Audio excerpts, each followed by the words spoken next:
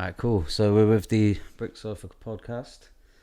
A little bit different this week. We're not in the usual spot, and Rez isn't with us because he's ill. So big up, Rez. But we got some amazing guests. So do you want to do a quick introduction for yourself? Yeah. Peace. What up, Elder Sensei Tame One. We are the Artifacts. Brick City kids in the house. Let's go. Indeed. Alright, Live cool. and direct from the Brick City. So you're here on tour? Yes, we are. We're on the DJ Kaos tribute tour. Yeah. Rest in peace to our Rest in peace, fallen man. soldier. Indeed. Yeah, we drink He's to that, here in man. We spirit. drink to that. You know what I mean? Take a drink to that. So what Last you night we did Manchester. Yeah, you won one show in, is it? Yeah, yep, so far. And it was live as hell. Yeah. Can we curse? Yeah, you Okay, do cool. what the Just fuck you wanna want, make bro. Live as fuck. You know, we hope that everybody come with that same energy every show. Yeah. Oh, yeah. Amazing. So a little introduction to who you are. Like, obviously I know who you are, but for our listeners, we have a lot of young listeners as well. So All right, to all the young cats, newcomers, beginners, to maybe this hip hop shit. We started out officially in 1992, 93, Nubian Crackers. Do you want to hear it?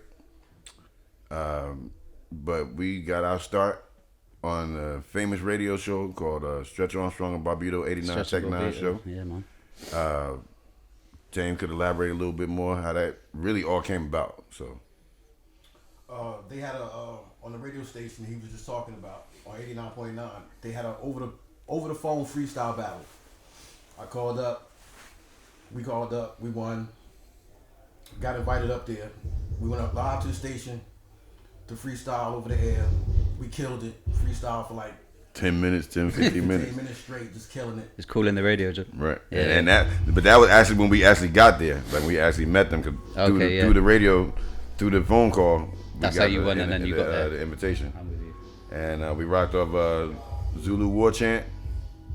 And like we just wanted to go up there because we knew about the show and we heard everybody else that was up there. The Stretch and Beat Bobby Yeah, was a Stretch huge, and Barbudo. huge show, We didn't know doing that would lead to us getting a deal. So that was crazy.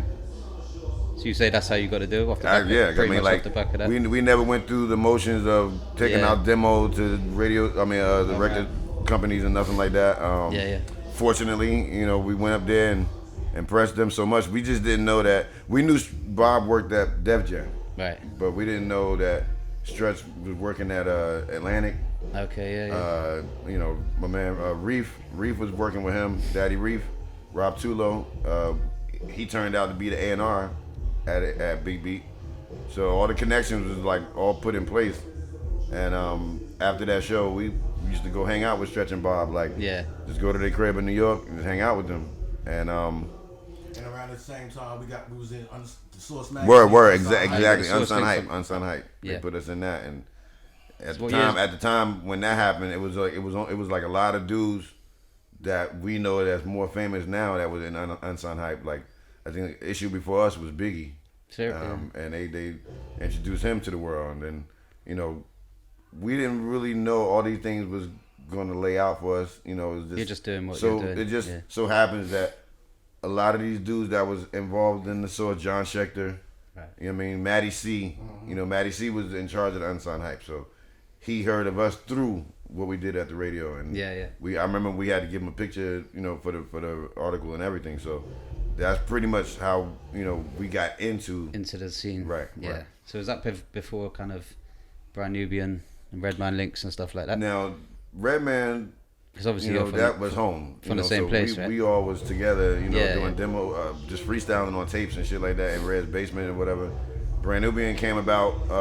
We went to New York, to 125th Street. Front of Adam Clayton Power. Word, State Building, and they was having a big concert, and we knew Brand Nubian was gonna be there. Yeah. Walking up to the concert in front of this building, we walk up to Moni Love and Lord Finesse doing that freestyle off You a Customer. Yeah. And that's a famous freestyle shit on tape. So we saw that live, and like right after that Brand Nubian got on, we was the only dudes in the crowd that knew who they was, like far as like they doing Drop the Bomb, Feel So Good. We know all that shit. Yeah. So they came out into the crowd and they were just walking around. We saw them. We just like fuck it. We went over to Jamar Lord Jamar, and we told him who he was. I mean, I think it was kind of bold for us to do that because, mind you, me and my man Ice got arrested going there because we all was riding on the train. Oh shit! Yeah. We got through all that shit, got to New York, and we all met up. But when we saw them, I looked at Tame, I was like, yo, fuck it. I'm gonna just go over there to him and say what's up. Yeah, why not? And that happened. I mean, it's like mad people out there. And yeah. Nobody was talking to them. So when we approached them, I had my Walkman on me. Yes, a Walkman with a cassette. Yeah. Demo tape in there, and I let him hear it. And he listened to that shit, and he was like, yo, you know, he gave us his phone number. And like maybe a couple of weeks later, he called me. And I didn't believe it was him. You know, I hung up on him like 2 or 3 times. Last time he called me, yo, you hang up again, I ain't calling you no fucking more. This me. I was like, oh shit. So, you know, I called Tame on the 3-way, but he didn't answer it. I was like, oh shit. So, like, we talked for like an hour, and then he came to Jersey. Picked me and Tame up with Joe Burgos from Lost Professor, my man Joe Fatal, in the Wagoneer that you saw in Just Hanging Out video with Lost Professor. And we went to Sensations, hung out for a night. After that, we started going to New Rochelle, going to Nauru, fucking with Brand Nubian. And that was like, and then they put us on MTV. Yeah. And people starting to see it more now because it's starting to post up a lot. And Fat Five Freddy introduced us, and on the screen, Artifacts. We like, oh shit, okay. Yeah. So that was more the official shit that was happening. What year was that? That was when they put out the In God We Trust album. Prone to Above to Get Beat Down video was out. Yeah, so it was about 95, 90. Oh really? 92, 3, yeah, around that time. Yeah. So what would you say inspired you first? Like, obviously I know just from your music about your graph links. Would you say you wrote first, or you graph first, or you just did all the elements first, or? I started out doing graffiti. Right. I was always drawing, like, since, you know, as a kid coming up. But as far as hip-hop wise, I was writing first. And that transcended into writing rhymes, just listening to other people do it. Like, like it wasn't so separate back then. Rakim, for example, write my name in graffiti on hearing that. Right. And being active, writing graffiti at the time, like, what? Oh, wow. So I started writing rhymes too, you know what I'm saying? So then you had a big co-sign from KRS-One early. Yeah, but see, we like, go ahead. Go finish.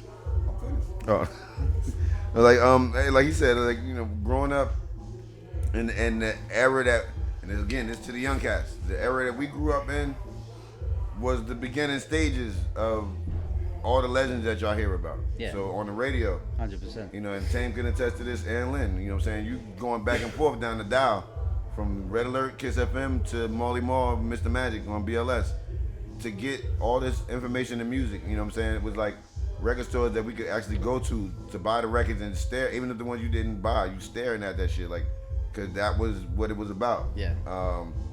As a kid, you know, I started out b-boying and then got into graffiti, and you know, I would say like my introduction into graffiti, I wasn't able to get out and do a lot of the walls and shit like that, cause I wanted to do it, but my father was like, nah, cause like my introduction was going to the Bronx Zoo and going to New York as a kid, looking at that shit and my father didn't know, but when we got off on the train, I'm just like, oh shit, the graffiti everywhere. Get off the train, I'm standing there on the platform, they walking away, I'm standing at the platform looking at the train go by, like, oh shit. I'm like, then to get outside in the Bronx in 1981, 82, that shit looked like a war zone. Yeah, of course. Outside. So like to go outside and see all this shit like I heard about on the records and see this shit on the street, I was like, wow. Then to get back on the train, go home, see the same shit all over again, then to get home the same day I saw what Star Wars. I was soaking all this shit in because as a beat, it's all different levels to being in the hip hop culture, and absolutely. You learn all of these things as you're growing up, like we did. So we both know how to DJ. We both got into the pen game after you get influenced by so many people listening to these records. It was, I guess, you know, I guess speak for both of us. When you hear that shit so much, and when you think you good at it, that's when you start testing yourself to say, you know, as we was kids, like let's do talent shows. you know, we felt that good at what we was doing that we wanted to showcase it. To showcase it, yeah. And you know, just being in the hip hop culture, I think like everybody aspire to try to be in every element. Yeah, and that's absolutely. kind of what we do. I mean, whether it's beatboxing added with it, you know what I'm saying? You did it because that was what everybody was doing. That's how it started over here too. Like in the early days, you did all the elements until you find the one you're fucking good at. You know. Right? Yeah, and it happened to be. Mine was DJing. Rhyming and shit. Yeah, I and did. Graffiti, I did graffiti. All beatbox. that, you know, it's basic elements to hip hop. Yeah. And it's almost like everybody should know like everything that's going on with absolutely. it, but it's not so because everybody didn't grow up doing it that, and so invested time into it. Well, I was going to say that. Do you think it's a lot different, the audiences you play to now as to back then? Because back then people were more, you know, they knew their shit more. But at the same time, you get kind of the older heads now kind of hating on the younger heads because they don't know the culture. But at the same time, my point is if you don't teach the culture, then how the fuck are they going to know? So how do you think, is it very different now? Yeah, a lot different. It's a whole lot different. Now it's like, you know, I would say this about hip hop that I would never have thought that it would be like what you just said. Yeah.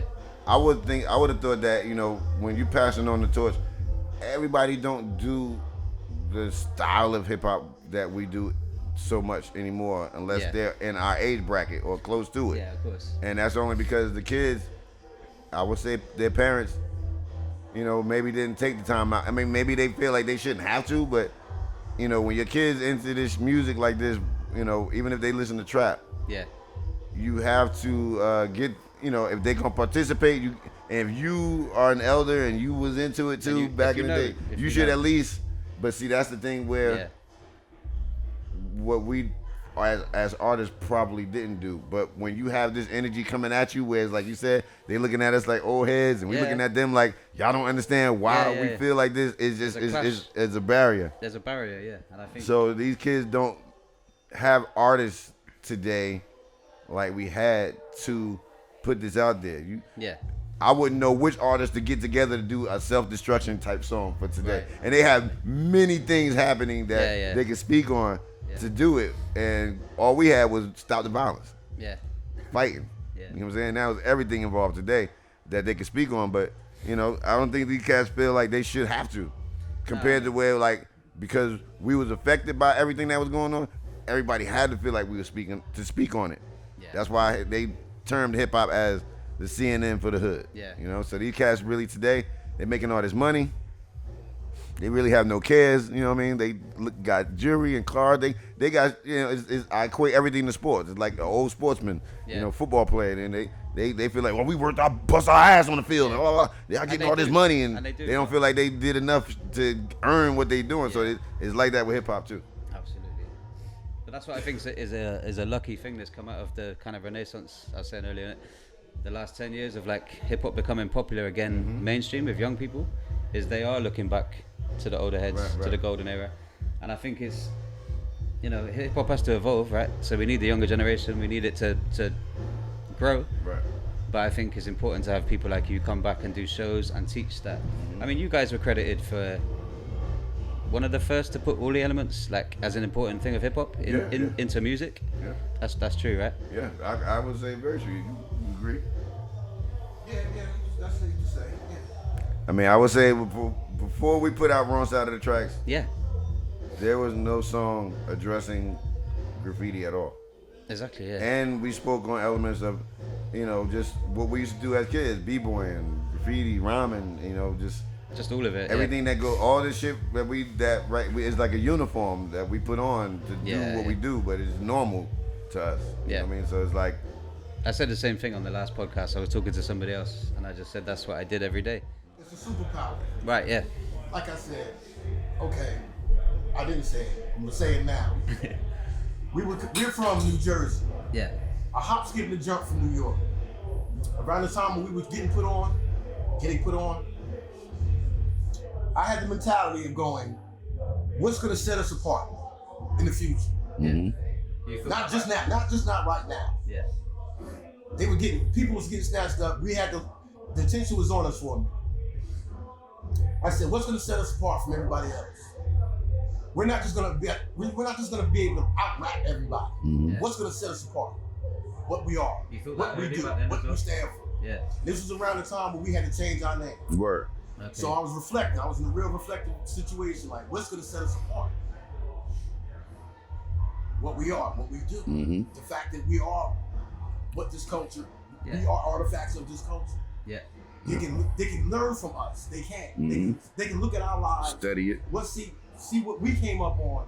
Yeah. And figure out. And if you do your truth, nobody can argue. And that's kind of where the name came from. You know what I'm saying? When Artifacts, yeah. We went, for those that don't know, the name of the second album, That's Them, is our original name of our group. Really? I didn't know that. Exactly. When we went to the meeting for the label to get the deal and everything, the first thing they told us was like, yo, y'all got to change that name. Really? Like, it's cool, but we get it, but y'all got to change the name. Yeah. Yo, that was kind of like defeating. I ain't gonna lie. We like to walk out that office for all these years. We called ourselves that name. To walk out of there, we was like, oh shit, like what we gonna do? Yeah. So we on the train going back home. We both quiet. I don't know. It's like yo, I was like, we gotta think of something. Yo, I don't know. And like he said that. Literally, He said that. You know, and when he didn't say the word so much, but when he said what he said, I was like, you know what? Yeah. And because in my mind, it just registered like, oh shit, everything's we're doing all this shit still now today. It's some and I just said like artifacts, yo. Yeah.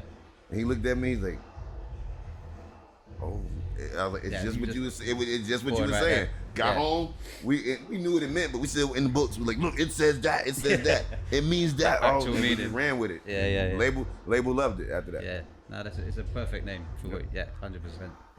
But so yeah, I mean, you've obviously did you split up like officially? Yeah, man. I mean, we had, but see, like we want everybody to know we didn't split up on no bullshit. We split up because the label, when you working with a label like where we were working, my man, one of the dudes, I ain't gonna put his name out there, but the dude that worked at the label pretty much pulled us in the office and was like, yo, this when Dynamite Soul single was out with a remix. Yeah. He said, yo, we was on tour and we had just came home from tour when we did that. He was like, yo, whatever y'all doing with that record is because y'all on tour.